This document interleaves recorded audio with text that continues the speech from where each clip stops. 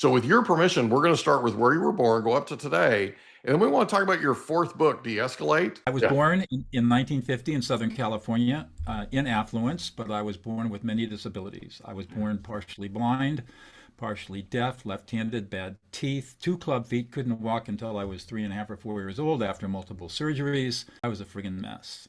So did And that happen at birth? it happened at birth. Mhm. Yeah. So you were injured in the birth process. Well, I don't know. I just Oh, got I in the see. wrong, I Yeah. just got in the wrong line genetically for a Yeah. lot of bad stuff. Wow.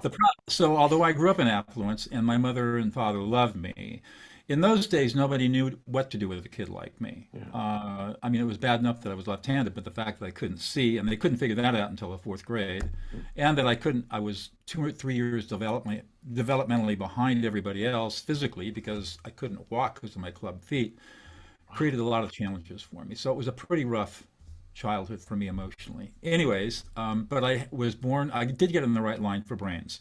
And, and so I went to Dartmouth College, Awesome. majored in English Lit, so I was Ivy League. And then in those days, if you didn't go to med school, you went to law school. Hmm. So I came back to California and I went to law school.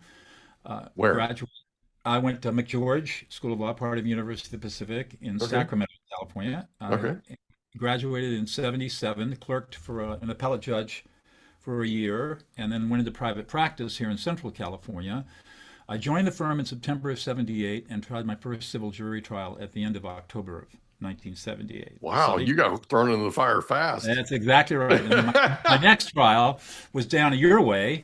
I was in San Diego, a 7-month securities fraud case in the federal court in San Diego. We were defending a farmer Wow. on an almond case, and 7 months from December until May, June, and that was my second trial.